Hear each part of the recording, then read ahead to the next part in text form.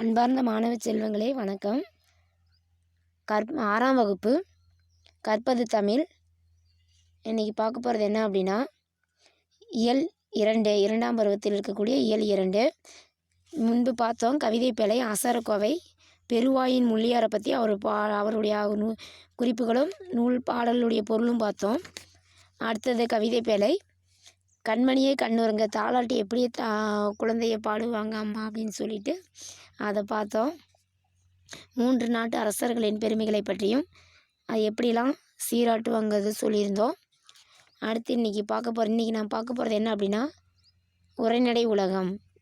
அந்த உரைநடை உலகம் அதில் இயல் 2 இருக்குது. இப்போ நீங்கள் தை மாதம் வரும், தை மாதம் என்ன பண்ணுவீங்கன்னா, திருவிழா சிறப்பாக கொண்டாடுவாங்க.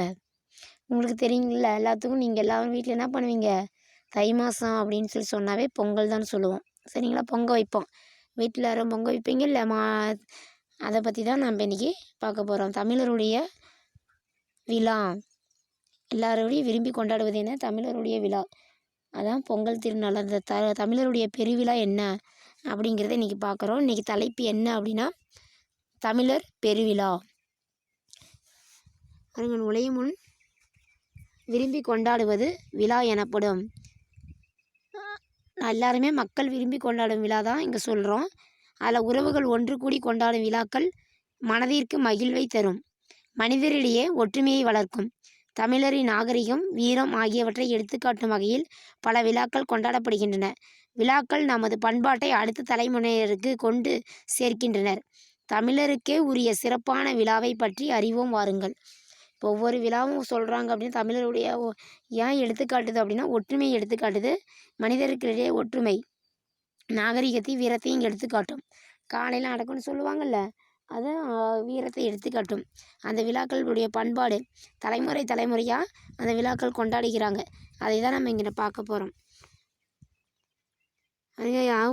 கீழே, இயற்கையோடு இணைந்து வாழ்வதே தமிழரின் வாழ்க்கை முறை. இயற்கையோடு தான் தமிழர்கள் வாழ்ந்துட்டுருப்பாங்க. அந்த இயற்கையை வணங்குதல் தமிழருடைய மரபு. தமிழர் கொண்டாடும் பல விழாக்கள் இயற்கை போற்றும் வகையிலேயே அமைந்து இருக்கின்றன. அவற்றுள் சிறப்பானது பொங்கல் விழா ஆகும்.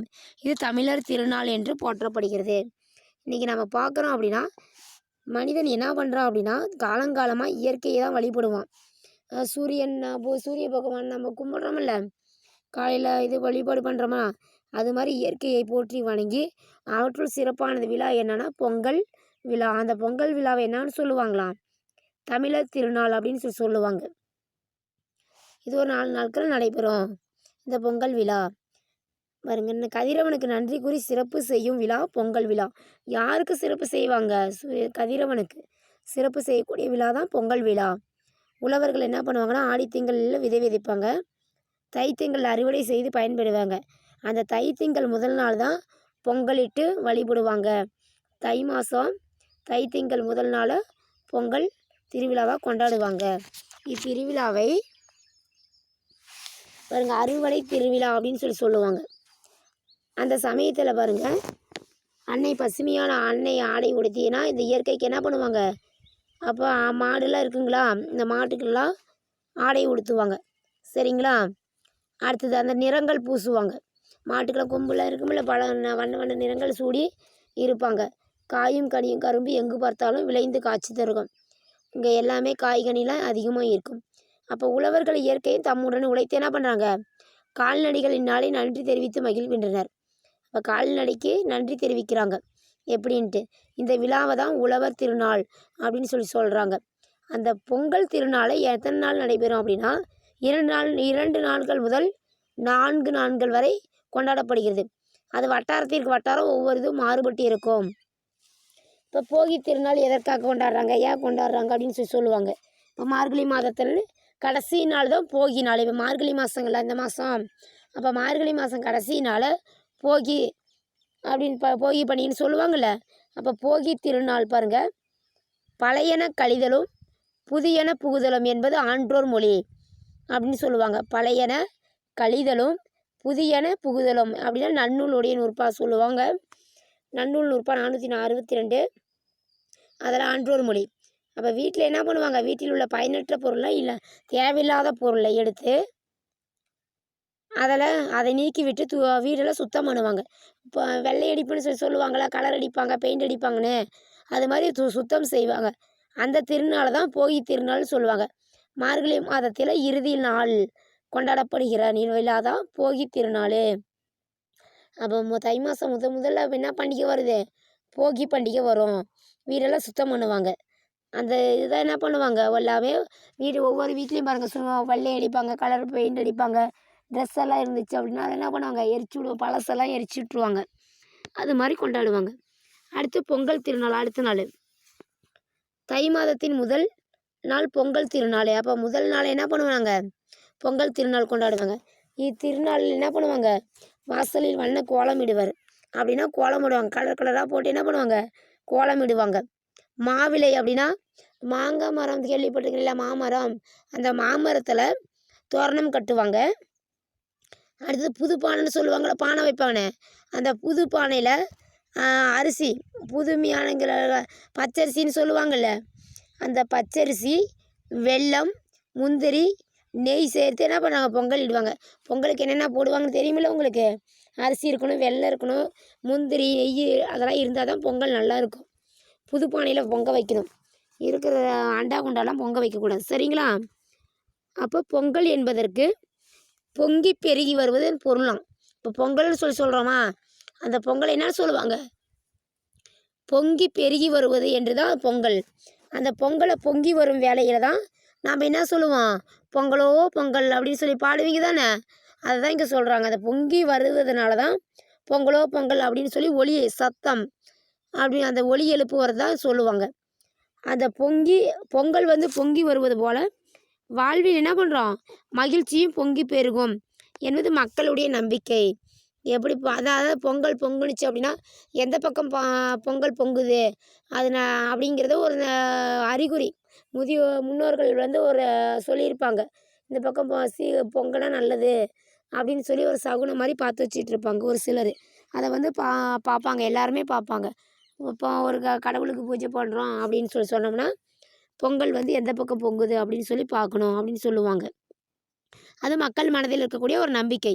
அப்புறம் என்ன பண்ணுவாங்க, பொங்க வச்சுட்டோம், பொங்க வச்சு விட்டு நம்ம பள்ளியெல்லாம் பொங்கல் திருவிழா அன்றைக்கி பொங்க வைப்போமா, அந்த பொங்கல் வச்சுட்டு நம்ம என்ன பண்ணுவாங்க, அடுத்தது என்னென்ன பொங்கல் கட்டுவாங்க, தலைவாழை இலையிட்டு பொங்கலை படைப்பார். வாழை இலைன்னு சொல்லியிருக்கோமில்ல, அந்த வாழை இலையிட்டு பொங்கல் படைப்பார். அடுத்து கரும்பு, மஞ்சள் கொத்து, தேங்காய், பழங்கள், வெற்றிலை, பாக்கு இவையெல்லாம் என்ன பண்ணாங்க, வைத்து வழிபடுவாங்க. சரியாக வழிபடுவார். விளைச்சலுக்கு காரணமான கதிரவனை நன்றியோடு வணங்கி மகிழ்வரோம். அப்போ விளைச்சல்னா விவசாயம் பண்ணுறோமா, அந்த விவசாயத்துக்கு காரணமாக என்ன பண்ணுறாங்க, நன்றியோடு வணங்குவாங்க.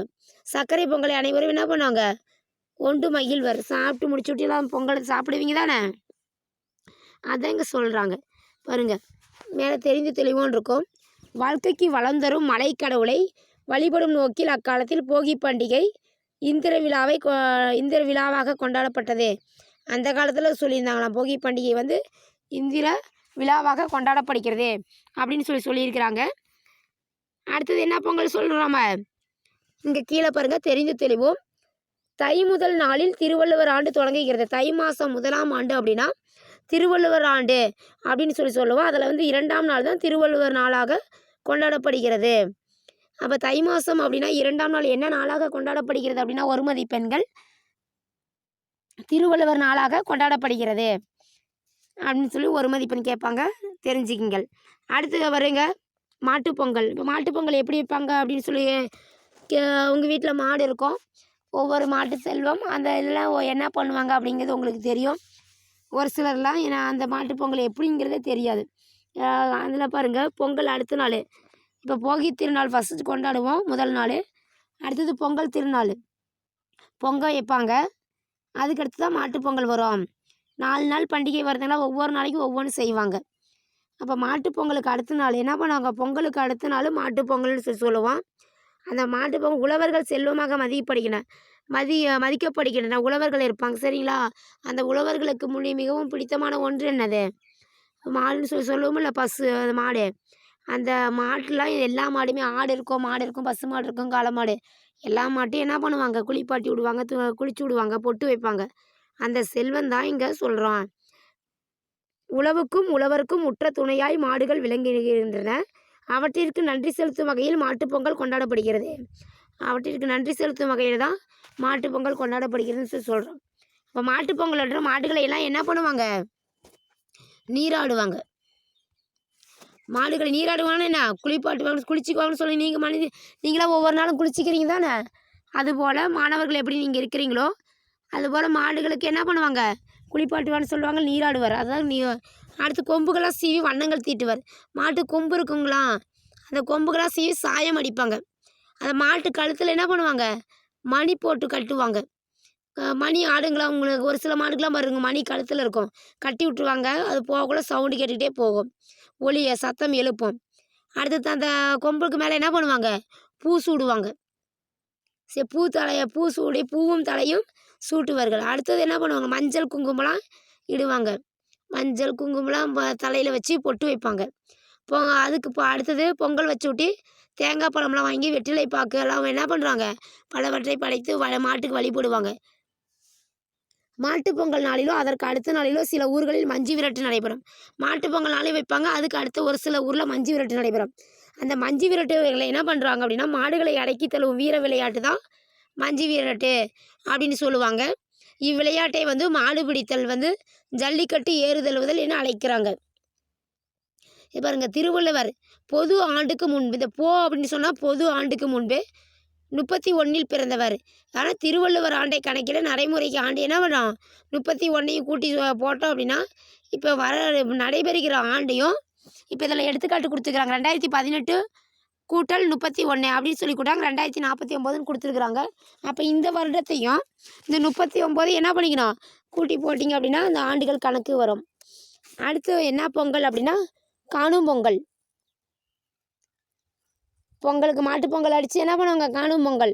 அந்த காணும் பொங்கல் நாள் அடுத்த நாள் தான் சொல்லுவாங்க. மாட்டுப்பொங்கலுக்கு அடுத்த நாள் காணும் பொங்கல். அந்த காணும் பொங்கல் என்ன பண்ணுவாங்க, உற்றார் உறவினர் நண்பர்கள்லாம் என்ன பண்ணுவாங்க, வீட்டுக்கு சொந்தக்காரங்க எல்லாம் வருவாங்க. அது குடும்பத்தோடு என்ன பண்ணுவாங்க, மகிழ்ச்சியோட சந்தோஷத்தோட இருக்கிற சாப்பாடெல்லாம் சாப்பிடுவீங்கன்னு சொல்லுவாங்க. நான் எங்கள் சித்தி வீட்டுக்கு போனேன், நான் எங்கள் மாமா வீட்டுக்கு போனேன், நாங்கள் அத்தை வீட்டுக்கு போனேன்னெல்லாம் போய் சொல்லுவீங்கள்ல. பொங்கல் அன்றைக்கி நாங்கள் போயிட்டு சந்தோஷமாக மகிழ்ச்சியாக இருந்தோம். அதுபோல் ஒவ்வொரு குடும்பத்தினரும் நெருங்கிய சொந்த பந்த வீட்டுக்கெலாம் போயிட்டு வருவாங்க. அதெல்லாம் அப்படியே அடுத்த நாள் பாருங்கள் பட்டிமன்றம்லாம் வைப்பாங்க. அந்த ஊரில் கலை நிகழ்ச்சிகள்லாம் நடத்துவாங்க. இப்போ நீங்கள் உங்கள் வீதியில் இருப்பாங்க அப்படின்னா உங்கள் வீதியில் இருக்கிற மாணவர்கள்லாம் கூப்பிட்டு என்ன பண்ணுவீங்க, ஓட்டப்பந்தயம் வைப்பீங்க. இப்போ வாட்டர் இது பண்ணி தண்ணி ஊற்றுறதுக்கு ஏதாவது ஒரு போட்டி வைப்பீங்களா கண்ணே.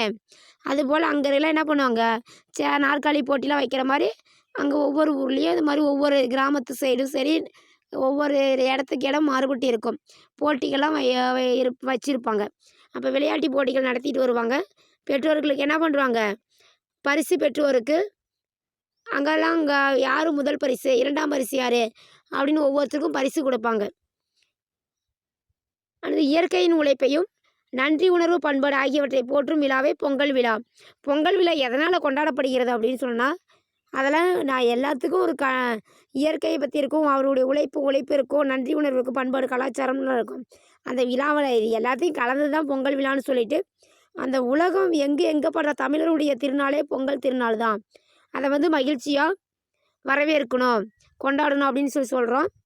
அறுவடை திருநாள் தான் என்னென்ன ஊரில் நடைபெறும் அப்படின்னு சொன்னோம்னா, ஆந்திரம், கர்நாடகம், மராட்டியம், உத்தரப்பிரதேசம் ஆகிய மாநிலங்களும் மகர சங்கராந்தி அப்படிங்கிற பெயரில் கொண்டாடுறாங்க.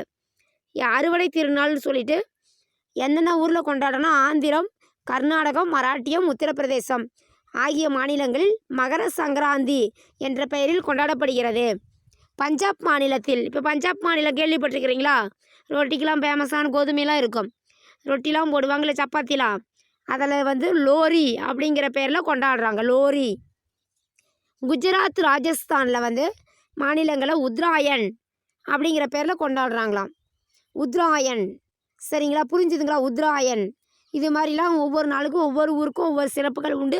உலகத்தில் எல்லா இடத்துலையும் என்ன பண்ணுவாங்க, ஏதாவது ஒரு திசையில் ஏதாவது ஒரு மூலை எங்கே இருந்தாலும் ஒருத்தர் என்ன பண்ணுவாங்க, தமிழருடைய திருநாளை தமிழர்கள் கண்டிப்பாக கொண்டாடுவாங்க.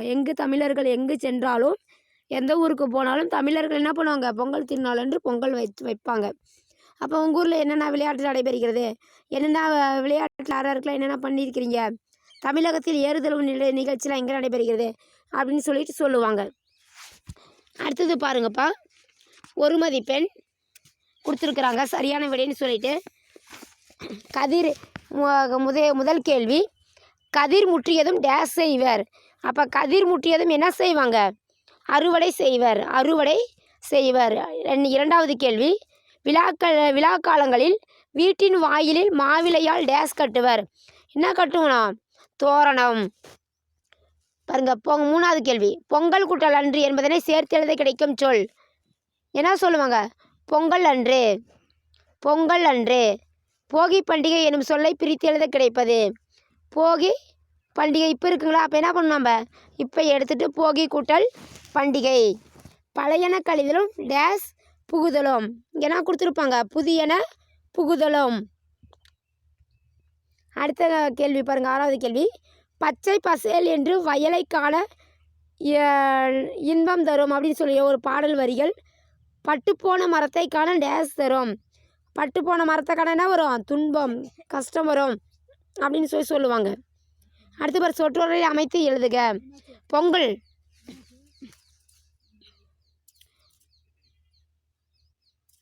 ஒரு வாக்கியத்தில் அமைத்து எழுதணும்.